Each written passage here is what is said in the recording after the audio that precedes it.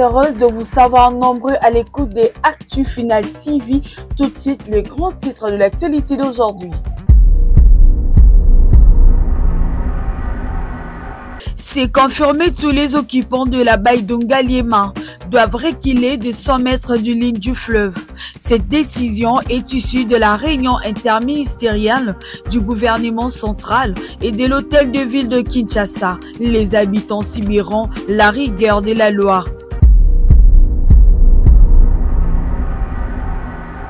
Comment mettre fin à la guerre de l'Est de la République démocratique du Congo? Une partie du monde semble afin s'est posé la question depuis plusieurs mois. La cessation des hostilités est devenue un objectif pour des acteurs au conflit du pouvoir congolais.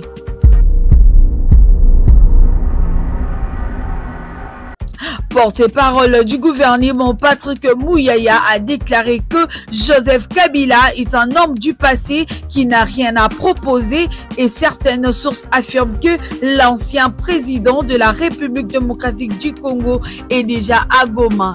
Tout de suite avec le journal.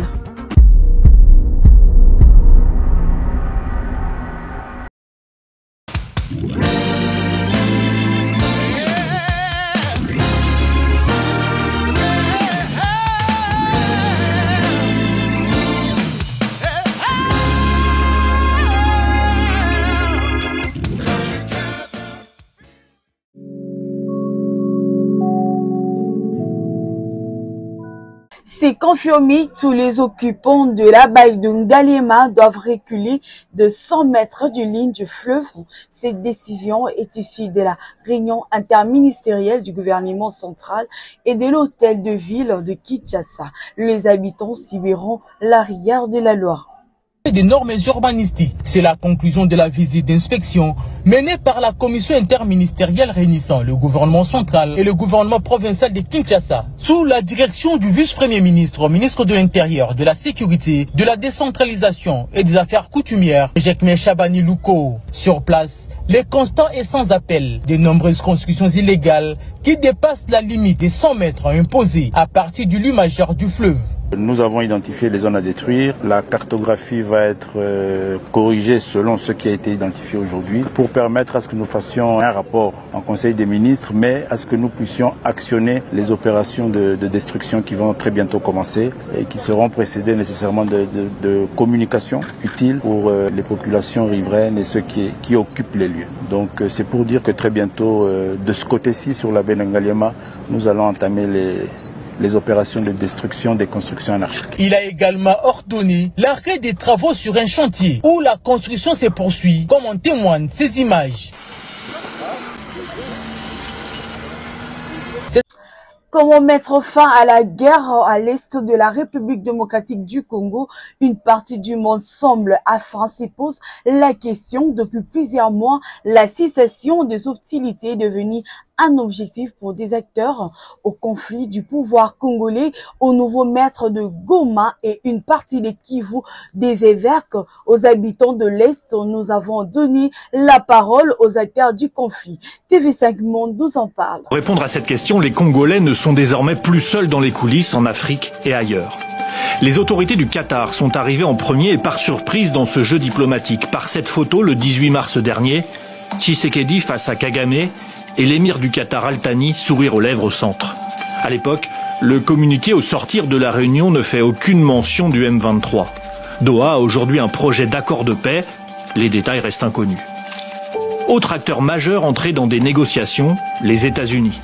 Le conseiller spécial de Donald Trump pour l'Afrique, Massad Boulos, a rencontré les différentes parties en avril. Et ses premiers mots ont prôné la paix. Ce conflit dure depuis plus de 30 ans. Il est temps d'y mettre un terme pacifique. Nous avons vu disparaître des centaines de milliers de vies, des millions de personnes être déplacées. Les gens ont souffert pendant trop longtemps. Puis, lors d'une conférence de presse audio, le message américain se fait plus clair. La paix doit servir au business, avec des discussions minerais contre sécurité pour gagner des marchés. Toutes ces discussions sont également axées autour du secteur privé. Notre rôle, c'est d'encourager le secteur privé, les investissements américains dans ces pays. On poursuit nos propres objectifs, les investissements de nos propres entreprises, et je crois que bientôt, au Congo ou ailleurs, la population va commencer à réaliser qui sont les meilleurs partenaires. Et là, je crois qu'il n'y a pas l'ombre d'un doute que ce sont les États-Unis qui vont s'avérer être les meilleurs partenaires. Alors, cette paix est-elle négociée hors de l'Afrique, hors de RDC?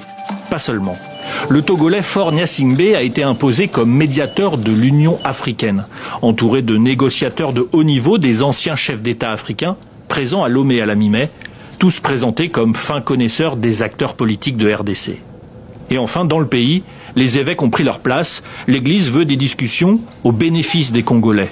Ce pourparlers ne prennent pas en compte les défis internes qui sont aussi fondamentaux. C'est-à-dire on peut trouver une solution à gauche, à droite, mais si il n'y a pas un consensus interne, demain il y aura d'autres groupes armés. Cette tournée que nous avons faite, c'était dans le but d'expliquer à la communauté internationale la nécessité pour avoir leur soutien, leur parrainage, pour que ce que les Congolais auront décidé ensemble puisse être pris en compte aussi au niveau international.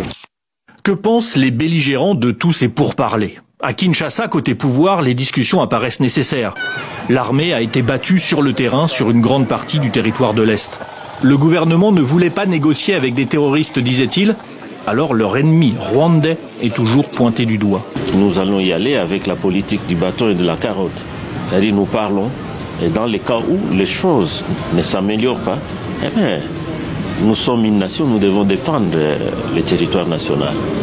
Mais je crois que la paix de Brave aurait été mieux que ça soit signé à Doha et à Washington. La question que vous aurez dû me poser, c'est de savoir qu'est-ce que je pense du mouvement AFC ou M23 avec le Rwanda. Parce que moi, je sais que c'est les Rwandais qui pilotent ces mouvements-là. Alors, en ce moment-là, c'est les Rwandais qui peuvent avoir des réponses aussi à donner à cette question. Et en effet, le Rwanda est au cœur des pourparlers. Sur ces images, à Washington, autour de Marco Rubio, le secrétaire d'État américain, la ministre des Affaires étrangères congolaise signe les principes d'un accord avec son homologue rwandais. Et pas avec l'AFC M23, le groupe rebelle, pourtant au cœur de la guerre. Nos équipes ont rencontré le responsable de l'AFC, l'Alliance Fleuve Congo, Corneille Nangaa. Avec les soldats du M23, il contrôle aujourd'hui Goma et une partie des Kivu. Il est bien connu des autorités de Kinshasa, autrefois président de la commission électorale qui a validé l'élection de Félix Tshisekedi en 2019. Les liens se sont distendus. Aujourd'hui, son langage est sans équivoque. C'est des fois des démarches contradictoires, chacun avec son agenda, juxtaposé. Et nous nous posons aussi la question sur l'efficacité de tout cela. Mais comme ce sont des initiatives qui parlent de paix, nous sommes prêts. Mais la question, une autre question qui se pose, c'est que oui, nous négocions avec qui? Quel est le degré de fiabilité ou de confiance qu'on peut faire à M. Tshisekedi? C'est quelqu'un qui est tout sauf fiable. Alors peut-il exister une confiance mutuelle nécessaire pour arriver à mettre un terme au conflit? Tous les efforts semblent porter leurs fruits, jusqu'à arriver à une déclaration conjointe AFC M23 et RDC, le 23 avril dernier, pour un arrêt du conflit impensable il y a quelques mois, quand le M23 poursuivait sa prise de territoire. Est-ce un accord de paix? Non. Un cessez-le-feu? Non plus. Car des combats éclatent toujours. Ces derniers jours, mi-mai, à Rutshuru, au nord Kivu, 4 jours durant, M23 et FARDC se sont affrontés. Sur le terrain, le sud Kivu ressemble à un enfer sur terre. Nous avons joint sur place un habitant d'Ouvira qui a dû fuir vers Bujumbura.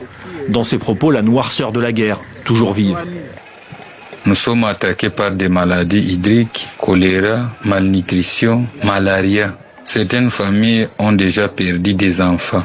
Des femmes enceintes sont mortes, des hommes et des femmes dans les cas des réfugiés.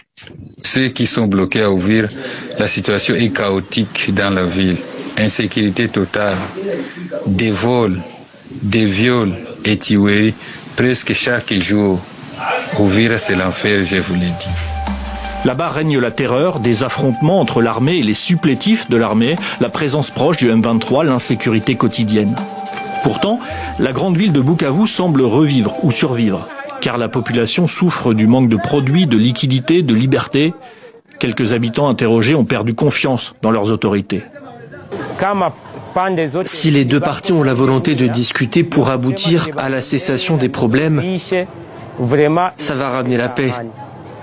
Mais les autorités congolaises n'aiment pas la population car lorsqu'il y a la guerre, elles sortent pour aller vivre à l'étranger avec leurs familles en nous laissant, nous le bas peuple, en train de souffrir. Alors quelle paix attend ces Congolais de l'Est? Porte-parole du gouvernement, Patrick Mouyaya, a déclaré que Joseph Kabila est un homme du passé qui n'a rien à proposer et certaines sources affirment que l'ancien président de la République démocratique du Congo est déjà à Goma. Ce que vous avez dit, bon, moi je n'ai pas vu, j'ai entendu évidemment, on a lu les articles, on attend de voir, on attend d'écouter, parce qu'il faut peut-être pas présumer de certaines choses, mais ici, il faut savoir d'abord que le président de la République en avait parlé depuis plusieurs semaines. On en avait parlé. Il disait que le président, son prédécesseur, était lié à l'AFC depuis plusieurs mois, on l'a dit. Bon, maintenant, qui décide de revenir? Je n'ai pas encore la confirmation. Bon, on verra ce qui sera dit, mais il faut faire attention dans la symbolique, justement. Parce que nous tous, nous évoquons aujourd'hui ceux qui ont combattu pour assurer l'unité et l'intégrité de la République démocratique du Congo. Parmi ceux-là, il y a un fils d'ailleurs du Grand Katanga qu'on appelle Mzee Laurent Désiré Kabila, qui a fait les serments de ne jamais trahir le Congo. Alors, il faut, dans les actes qui sont posés par un de ses illustres prédécesseurs, disons successeurs, que dans les actes que nous posons, nous nous assurons que nous ne trahissons justement pas les serments de Mzee. Nous savons tous, et je n'ai pas besoin de le rappeler, aujourd'hui nous connaissons l'ennemi. Nous connaissons les complices de l'ennemi. Alors, est-ce que dans la symbolique, parce qu'il ne faut pas oublier que le président Kabila lui-même a combattu les M23. Il ne faut pas oublier qu'il a été commandant suprême de forces armées de la République démocratique du Congo.